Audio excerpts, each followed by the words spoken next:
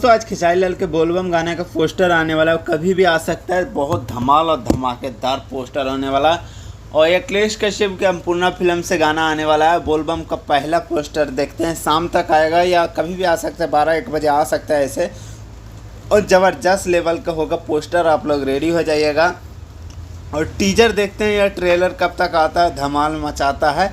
और गाना कब तक आता है देखते हैं। अब बहुत बवाल लेवल का गाना होने वाला है, अलग लेवल के गाना होने वाला है ये, क्योंकि आप लोग को पता है ये अहिरान टाइटल के ऊपर गाना होने वाला है, मतलब समझ सकते हैं यादव जी के ऊपर गाना होने वाला है। और गाना तबाही और बवाल मचाने वाला है, आप लोग रेडी हो जाइएगा। कभी भी पोस्टर आ सकता है और धमाल मचा सकता है। और इसी तरह तबाही मचाते रहिएगा। अखिलेश कश्यप ने पोस्ट किया था रात को कि पोस्टर आज आ जाएगा। विवेक सिंह सर ने भी लगा 12-1 बजे के बीच में पोस्ट शेयर किए थे कि कल पोस्टर आ जाएगा, कल ही शेयर किए थे रात को। और धमाल मचने वाला है। सो ज़्यादा कुछ नहीं बोलता हूँ। Okay bye, love you. मिलता हूँ नेक्स्ट अपडेट में। Love you.